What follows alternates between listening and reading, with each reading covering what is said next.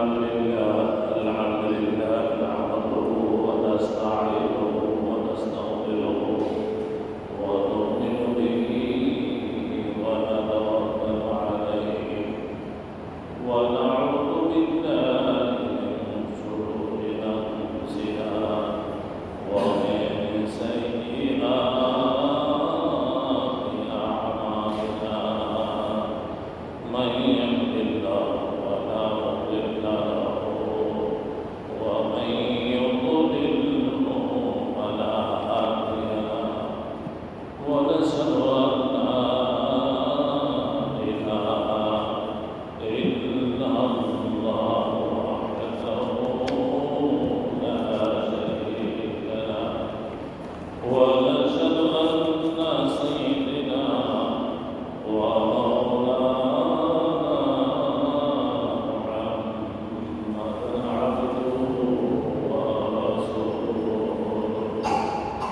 الذي أرسل رسوله بالحق بشيرا ونذيرا وداعيا إلى الله بإذنه وسراجا منيرا أما بعد أعوذ بالله من الشيطان الرجيم بسم الله الرحمن الرحيم أرضنا ولا تقل لهما أف ولا تنهرهما وقل لهما قولا كريما إن الله وملائكته يصلون على النبي يا أيها الذين آمنوا صلوا عليه وسلموا تسليما اللهم صل على سيدنا ونبينا وشفيعنا وحبيبنا ومولانا محمد صلى الله عليه وعلى آله وأصحابه وبارك وسلم بلغ العلا بكماله كشف الدجى بجماله حسنت جميع خصاله صلوا عليه وآله الحمد لله আল্লাহ পাকের দরবারে লাখ কোটি শুকরিয়া যে আল্লাহ রাব্বুল আলামিন আমাদেরকে অত্যন্ত মেহেরবানি করে দয়া করে মায়া করে আল্লাহ রাব্বুল আলামিন জুমার মসজিদে আমাদেরকে আসার মতো তৌফিক দান করছেন। আমরা যে জুমার মসজিদে আসতে পারছি এই জন্য আমরা শুকরিয়া আদায় করি আলহামদুলিল্লাহ। আল্লাহ রাব্বুল আলামিন প্রত্যেকটা মানুষ তার আমল অনুসারে সে আল্লাহর কাছে পুরস্কৃত হবে, জাযা পাবে। কারণ আল্লাহ নিজেই বলছেন ফামান ইয়ামাল মিসকালা যাররাতিন খায়রান ইয়ারা ওয়া মান ইয়ামাল মিসকালা যাররাতিন শাররান ইয়ারা। আল্লাহ বলেন যে যারা পরিমাণ যদি কেউ ভালো আমল ভালো কাজ করে নেক কাজ করে আল্লাহ তার পুরস্কার দান করবেন, তার জাযা দান করবেন। যারা পরিমাণ যদি গুনার কাজ গুনাহ নিয়েও সে মৃত্যুবরণ করে তারও শাস্তি তারও জাযা আল্লাহ তাকে দান করবেন। এখানে আল্লাহ রাব্বুল আলামিন প্রত্যেকটা কর্মের ফলাফল আল্লাহ দিবেন, সেটি আল্লাহ ঘোষণা দিয়েছেন।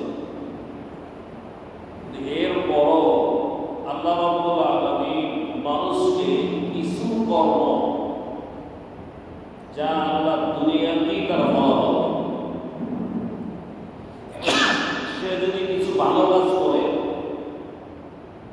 সেটাও আল্লাহ দুনিয়াতে কিছু ফলাফল দান করবে। আবার এমন কিছু নাফরমানি আছে, এমন কিছু গুনাহ আছে, অন্যায় আছে, যে কাজগুলি করলে আল্লাহ রাব্বুল আলামিন দুনিয়াতেই তাকে এর প্রতিদান শাস্তি দান করবে। আখিরাতে তো দিবেনই, দুনিয়াতেও কি এটার শাস্তির কিছু অংশ আল্লাহ দান করবে।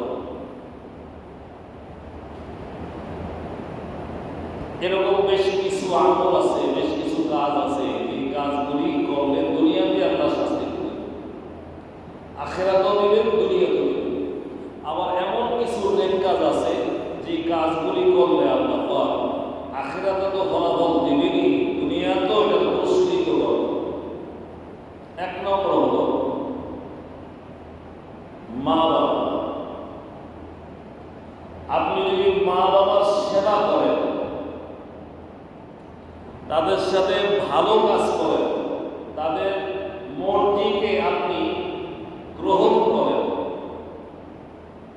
তাদের দাবি দেওয়া আপনি পূরণ করেন, তাদের সাথে ভালো ব্যবহার করেন, তাদেরকে সন্তুষ্ট রাখেন, তা আল্লাহ রাব্বুল আলামিন পরকালে তো আপনাকে নাজাত দান করবেনই, দুনিয়াতেও আল্লাহ পাক আপনার উপরে এর কিছু ফলাফল আল্লাহ আপনাকে দান করবেন। দুনিয়াতেও আপনাকে আল্লাহ এর ফলাফল দেবেন, দুনিয়াতেও আপনাকে আল্লাহ এর জাযা কিছু পুরস্কার দুনিয়াতেও আল্লাহ দান করবেন। মা বাবা, হাদিসের মধ্যে আছে আল্লাহ রাসূল বলেন, তোমার জন্য তোমার মা বাবা, পুরুষ একটা পুরুষ, তার জন্য মা বাবা হলো জান্নাত, আবার এই মা বাবার জন্য সে যাবে জাহান্নাম। যদি মা বাবার সাথে সে ভালো ব্যবহার করে, ভালো আচরণ করে, মা বাবা তার উপরে সন্তুষ্ট থাকে, তাহলে তার সকল আমল আল্লাহর দরবারে কবুল হবে। সে যত নেক আমল করবো আল্লাহর দরবারে কবুল হইব, এবং সে যত ভালো কাজ করছে সেটার জাযা আল্লাহ তাকে দান করব। মা বাবার সন্তুষ্টির কারণে আল্লাহ তাকে জান্নাত দান করবে। এই জন্য বলা হচ্ছে মা বাবার পায়ের নিচে তোমার জান্নাত অথবা জাহান্নাম। তুমি মা বাবাকে সন্তুষ্ট করো, তুমি জান্নাতে যাবে, অসন্তুষ্ট করো তোমার জন্য জাহান্নাম, তোমার জন্য জাহান্নাম। রাসূলুল্লাহ পাক সাল্লাল্লাহু আলাইহি ওয়াসাল্লামের কাছে প্রশ্ন করছে, ইয়া রাসূলুল্লাহ, একটা ছেলে 5 ওয়াক্ত নামাজ পড়ে, জিকির আজকার করে, তেলাওয়াত করে, তাহাজ্জুদ করে এবং সব আমল করে, কিন্তু তার মা বাবা তার উপরে অসন্তুষ্ট, তার ঠিকানা কোথায়? আল্লাহ রাসূল বলেন তার ঠিকানা তার জন্য জাহান্নাম, কারণ তার কোনো আমল আল্লাহর দরবারে কবুল হবে না। এই মা বাবাকে সন্তুষ্ট করা এটা আমার জন্য ফরজ। যতক্ষণ পর্যন্ত শরীয়ত বিরোধী কোনো হারাম নির্দেশ না দিবে, ততক্ষণ পর্যন্ত তার হুকুম মানা আমার জন্য ফরজ। তার কথা মানা, তার নির্দেশ মানা, তার কথাকে গ্রহণ করা এটা আমার জন্য ফরজ, এটা মানতেই হবে। মা বাবাকে অসন্তুষ্ট করা যাবে না। আল্লাহ রাব্বুল আলামিন বলেন যে মা বাবা যখন বৃদ্ধ হয়ে যায়, মা বাবা যখন বয়স্ক হয়ে যায়, মা বাবা যখন বৃদ্ধ হয়ে যায়, বৃদ্ধা হয়ে যায়, তখন তাদের সামনে তাদের মর্জির কারণে দেখবেন বাপ মা, বুড়ো মানুষ যখন বয়স বেড়ে যায় তখন তার মর্জি বেড়ে যায়, বাচ্চাদের মতো মর্জি বেড়ে যায়, কি ঠিক না? তার ভিতরে একটা মন চলে আসে, বাচ্চারা যেরকম মর্জি করে, বিভিন্নভাবে আবদার করে, ঠিক ওরকম একটা আবদার বাইরে যায়, মর্জিরা বাইরে যায়। এই বারবার বাবা মা আবদার করার কারণে, বাপ মা বারবার তোমার কাছে মর্জি করার কারণে তুমি বিরক্ত বোধ করতে পারো। এই জন্য আল্লাহ বলেন আও কিলাহুমা ফালা তাকুল লাহুমা উফিন ওয়ালা তানহারহুমা ওয়া কুল লাহুমা কাওলান কারীমা। তোমার মা বাবা যখন বৃদ্ধ হয়ে যায়, যখন তোমার সামনে কোনো মর্জি করে, তোমার সামনে যখন কোনো মর্জি করে, তোমার সামনে চালাচল করে, বিভিন্ন আবেদন নিবেদন করে, আবদার করে, ওই আবদার কোনো অবস্থায় তুমি তার উপরে অসন্তুষ্ট হতে পারবে না, এমনকি কষ্টের স্তরে তার সামনে বিরক্ত বোধ করতে পারবে না। উফ, আমরা বলি না, আপনি আর কত বিরক্ত করবেন, জ্বালাতন করবেন। এই যে একটা ধমকি বা একটা করে একটা আফসোস করা, এটাও তার সামনে করা যাবে না। তার সামনে জ্বালাতনটা করা যাবে না। সে এই বলার সাথে সাথে সে মনে একটা কষ্ট পাবে, এই কষ্টটা তাকে দেওয়া যাবে না। বাবা মা আপনার আমার জন্য রহমত, বাবা মা হলো আপনারা আপনি আমার জন্য নেয়ামত। এই জন্য তাদের সামনে এরকম ব্যবহার আচরণ করা যাবে না। বাবা মার সামনে আচরণ খারাপ করা যাবে না। তাদেরকে সন্তুষ্ট রাখা, তাদের মনকে সন্তুষ্ট রাখা, তাদের চাহিদা পূরণ করার আপ্রাণ চেষ্টা করা। যখন যেটা আপনার সামনে চাবে, খুঁজবে, আপনি তার আবদার রক্ষা করেন, তাহলে আপনার জন্য হলো জান্নাত, আপনার জন্য জান্নাত আল্লাহ দান করবেন। এই জন্য বলা হয়েছে বাবা মার সন্তুষ্টি যদি আপনি করতে পারেন, তার থেকে আপনি যদি দোয়া দিতে পারেন, তার মন সন্তুষ্ট করতে পারেন, তাহলে দুনিয়াতেই আল্লাহ আপনাকে এটার পুরস্কার দেবেন। আখিরাতে তো আপনি পাবেনই। এই দুনিয়াটা হলো বোনাস, স্পেশাল একটা পুরস্কার দুনিয়াতেই আপনাকে আল্লাহ দান করবে। দুনিয়াতে যে পুরস্কারটা আপনি পাবেন সেটা একটা বোনাস হিসাবে পাবেন, আর আখিরাত তো আপনার জন্য পুরস্কার আসবে। এই জন্য বলা হয়েছে বাবা মার সন্তুষ্টির জন্য আপনি কিভাবে পুরস্কৃত হবেন। আর যদি তাদের সাথে অসন্তুষ্ট করেন, তার মনে ব্যথা দেন, আল্লাহ এই ব্যথার জন্য আখিরাত পরে দুনিয়াতে আপনাকে শাস্তি দেন। 7টি পাপ কাজ, 7টা পাপ কাজের ভিতরে একটা পাপ কাজ হলো মা বাবার নাফরমানি।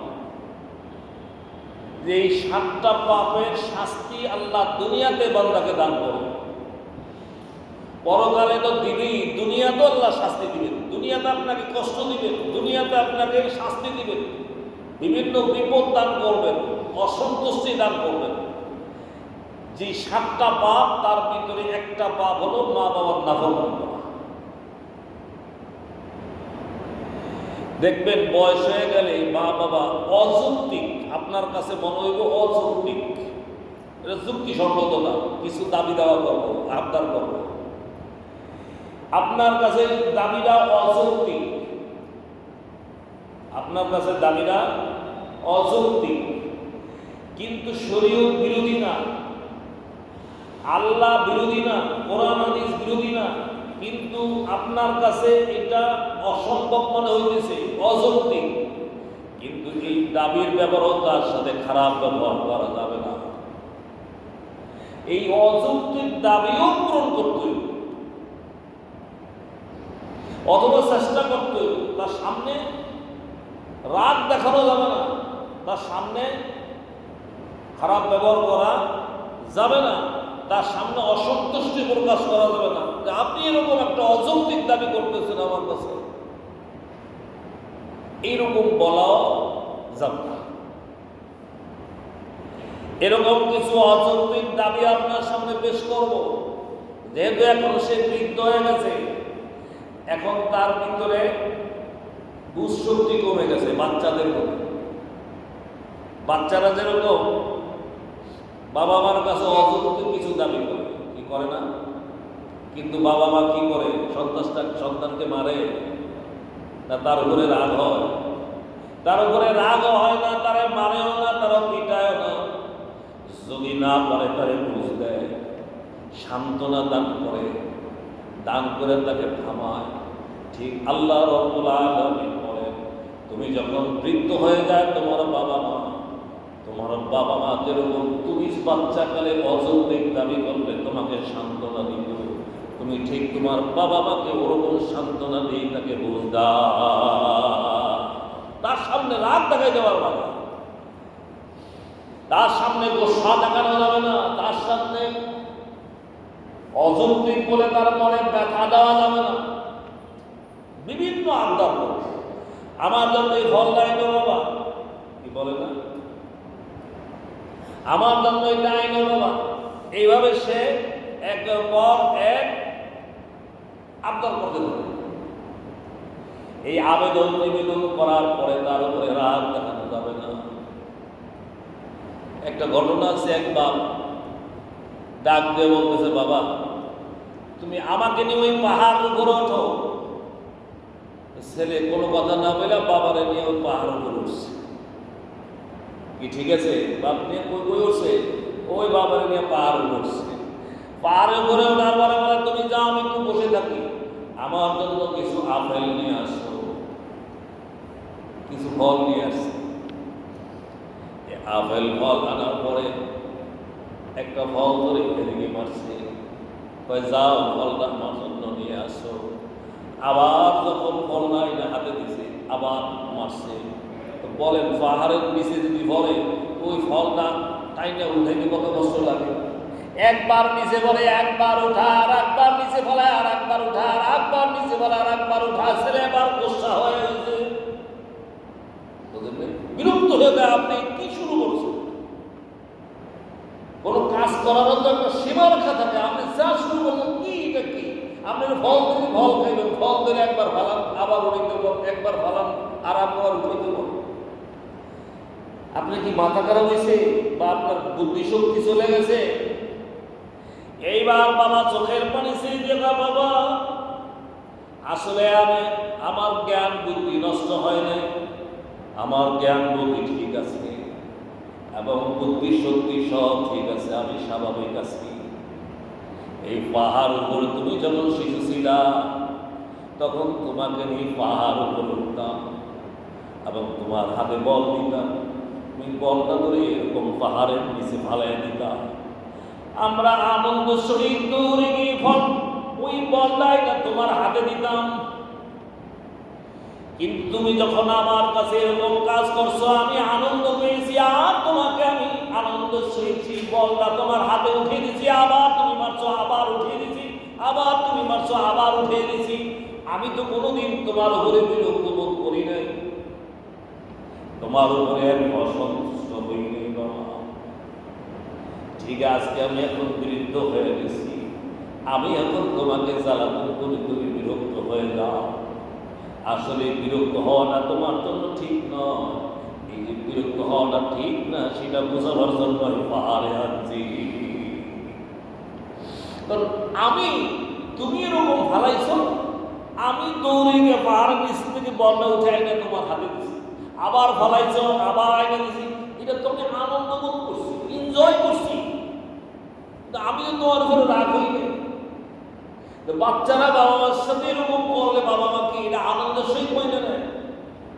কিন্তু এখন আমরা বাচ্চা হয়ে গেছি, আমাদের কষ্টটা করলে এরকম আনন্দের সহিত মেনে নিবা। আসলে তো কথা ঠিক। আমাদের সন্তানরা কত আবদার করে, কত আবেদন নিবেদন করে, যেটা এই মুহূর্তে সম্ভব না, সেটাও করে। কিন্তু আমরা কোনোদিন বাচ্চার করে রাগ হই।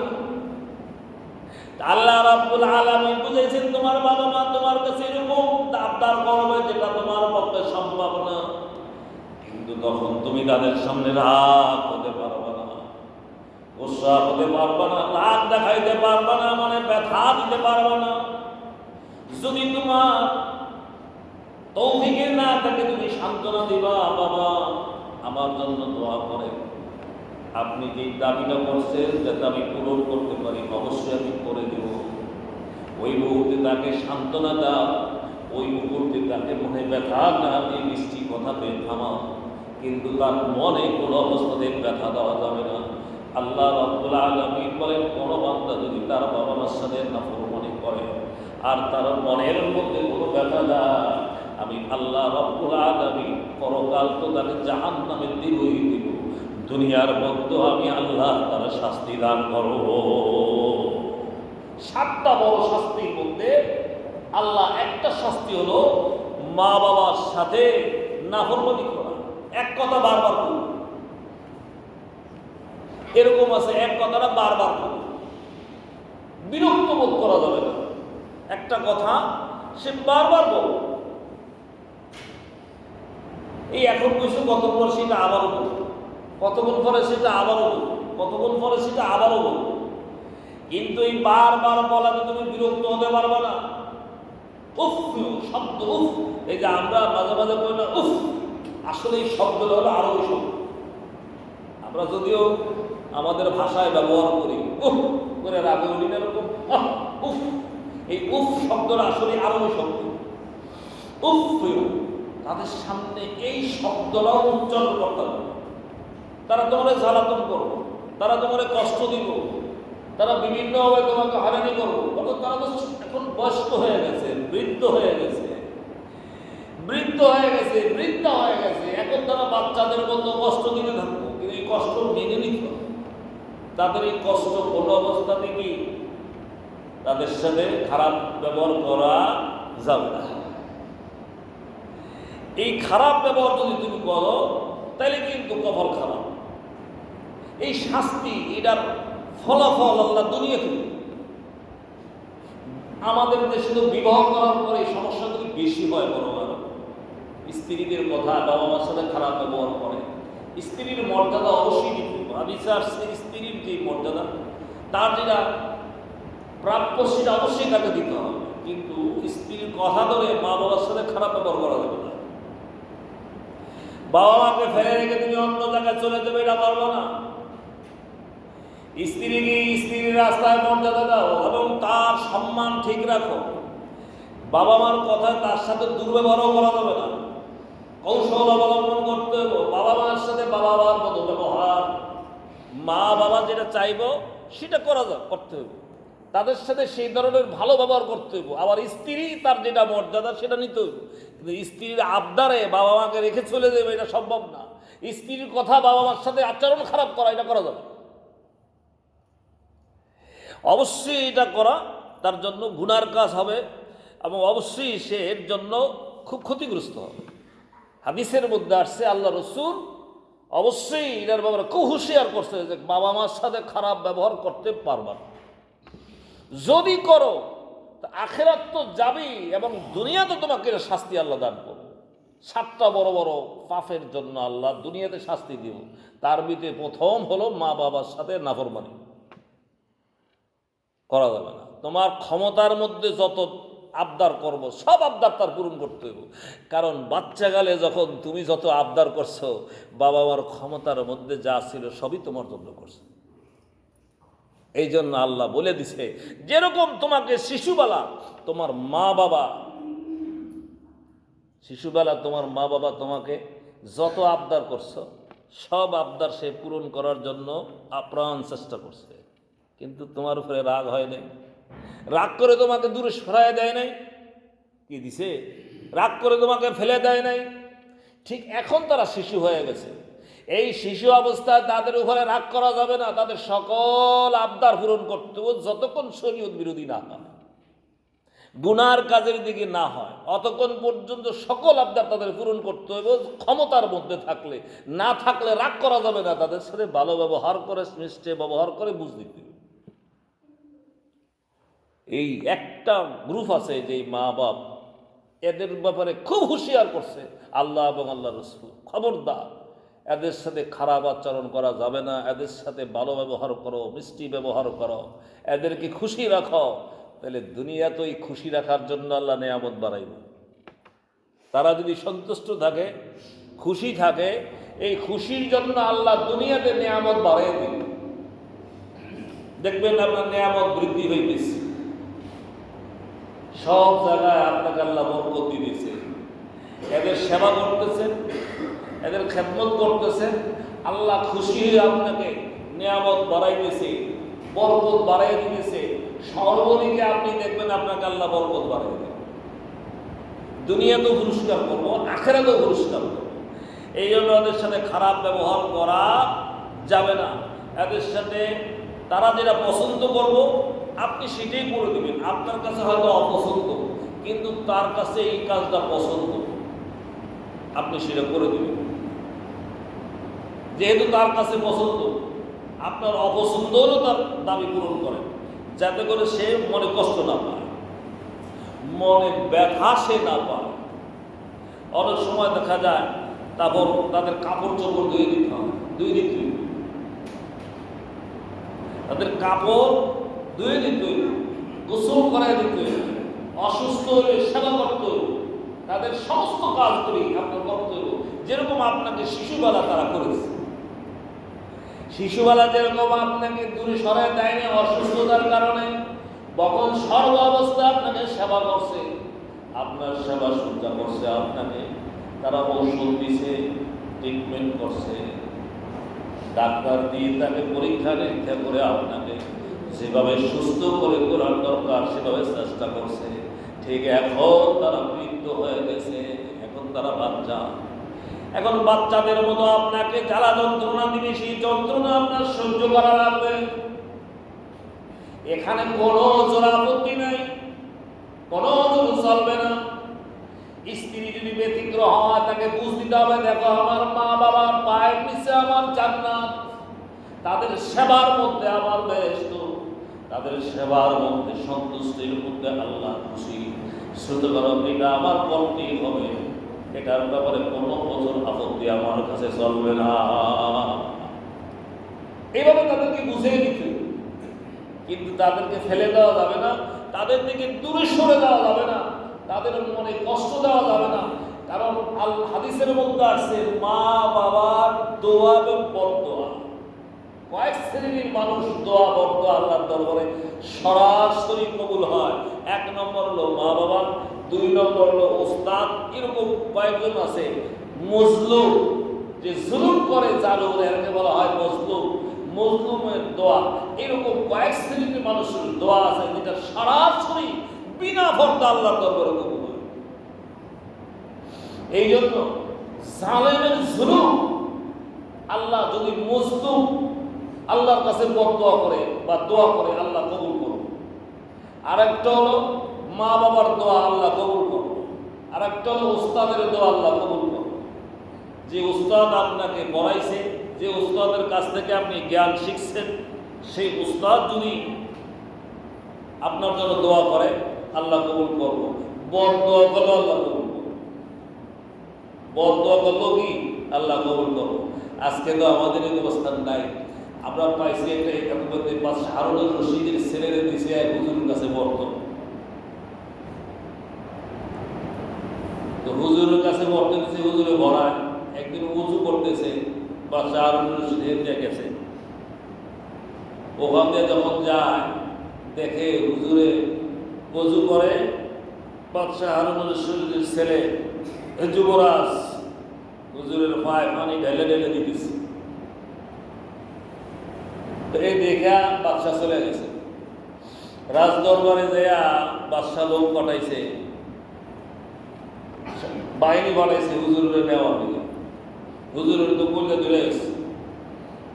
তো বাদশাহ দেখছে আমি তার ছেলেকে দিয়া ভাই পানি ঢালাইছি, হাতে পানি ঢালাইছি, উজু করছি, অজু করছি, আল্লাহ জানে আমার কোন বিপদে হারাইছি। একজন বাদশাহ তার ছেলেকে দিয়ে আমি উজু করছি, ভাইয়া আমার পায়ে পানি ঢেলে দিছে, বিশাল একটা অপরাধ হয়ে গেছে কিনি আল্লাহ। হুজুর তো খুব ভয় পেয়ে গেছে। হুজুর গেছে, যাওয়ার পরে জিজ্ঞাসা করে আমার ছেলে আপনার পায়ে পানি ঢেলে দিছে? বলে হ, আপনার ছেলে আমার উজু করছি পায়ে পানি ঢেলে দিছে। বাদশার কাছে কয় বাদশাহ আমার ভুল হয়ে গেছে, আপনি আমার মাফ করে দেন। আগেই সে ক্ষমা চাওয়া শুরু করছে, হুজুর ক্ষমা চাওয়ার জন্য আপনাকে আমি ডাকি নাই, আমার ছেলে তখন যোগ্যই হতে পারে নাই, কারণ ও আপনার পায়ে পানি ঢেলে দিছে, পাটা কেন সে হাত দিয়ে ঢেলে দেবে? দেখছেন দামসা, ও কেন আপনার পাটায় পানি ঢালছে, কিন্তু দুই হাত দিয়া পাটারে ঢলে ঢলে কেন পরিষ্কার করে দিল না? ও তো এখনো আপনার পুরাপুরি যোগ্যই হতে পারে। তারা বুঝেন, এই সন্তানের জন্য যদি ওস্তাদ দোয়া করে বাবা মার ব্যবহারের কারণে, তাহলে এই দোয়াটা আল্লাহর দরবারে সরাসরি কবুল। এমনি তারা বড় হয়নি। আর আজকে আমাদের ওস্তাদের ধরে ভিড়ায়, কি কথা ঠিক না? তো ওস্তাদ যেরকম পিঠও খায় সেরকম, ওস্তাদ যেরকম ছাত্র সেরকম। ওস্তাদের ভিতরে আমল নেই, ওস্তাদের ভিতরে সুশিক্ষা নেই, ওস্তাদও বেয়াদব। তো বাচ্চা শিখবো, ছাত্র শিখে বেয়াদবি, তো যেরকম বেয়াদব পিঠও খায় বেয়াদবের মতো। আসলে ওস্তাদের ভিতরে তো আদব নেই। এই জন্য যাই হোক, এই জন্য মা বাবা সন্তুষ্ট, আল্লাহ সন্তুষ্ট। এই জন্য বলছে কোনো অবস্থাতে যেন মা বাবা মনে কষ্ট না পায়, কারণ বাবা মার মনের আঘাত বড় মারাত্মক, খুব কষ্ট। হাদিসের মধ্যে আসছে আলকামা রাদিয়াল্লাহু তাআলা আনহু, আলকামা রাদিয়াল্লাহু তাআলা আনহু বদরের সাহাবী। হাদিসের মধ্যে আসছে আল্লাহ রাসূল বলছেন বদরি সাহাবীরা জান্নাতে যাবে। বলেন সুবহানাল্লাহ। ইসলামের সর্বপ্রথম বড় যুদ্ধ হচ্ছে বদরের যুদ্ধ। মদিনাতে যাওয়ার পরে মক্কাবাসী প্ল্যান করছে যে ওরা এখান থেকে মদিনায় চলে গেছে, মদিনার লোকেরা কেন আশ্রয় দিল, মদিনার মানুষ কেন আশ্রয় দিল। সুতরাং মদিনার মানুষ আশ্রয় দিচ্ছে, আমরা ওই মদিনার যত আছে যারা আছে সব ধ্বংস করে বলাইয়া মদিনার মক্কার সাথে এক করে বল প্ল্যান করছে যুদ্ধ করল। সেই বদরের যুদ্ধ, যেটাকে সর্বপ্রথম ইতিহাসের আল্লাহ রসুলের প্রথম বড় যুদ্ধ, এই যুদ্ধে আল্লাহ রসুলকে আল্লাহ পাক বিজয় দান করছেন। সাহাবীদের ত্যাগ, তাদের রক্ত, তাদের জীবন, মাত্র ৩১৩ জন সাহাবী হাজারের উপরে সশস্ত্র সৈন্যের বিরুদ্ধে যুদ্ধ করে আল্লাহ বিজয় দান করছেন। যদিও আল্লাহ ওয়াদা দিচ্ছে, রসুল আপনি যুদ্ধে যান, ভয় পেয়েন না, আমি আপনাকে সাহায্য করব। এক হাদিসের মধ্যে আসছে আল্লাহ রাব্বুল আলামিন সূরা আল ইমরানের মধ্যে আল্লাহ নিজেই বলছেন যে রসুল আপনাকে সাহায্য আমি করছি না। প্রায় ২০০০ ফেরেশতা আল্লাহ পাঠাইছে ওই বদরের যুদ্ধে মুসলমানদেরকে সহযোগিতা করার জন্য। একজন ফেরেশতাই যথেষ্ট ধ্বংস করার জন্য, কিন্তু ফেরেশতারা যুদ্ধ করেনি। ফেরেশতারা শুধু শত্রু বাহিনীকে ভয়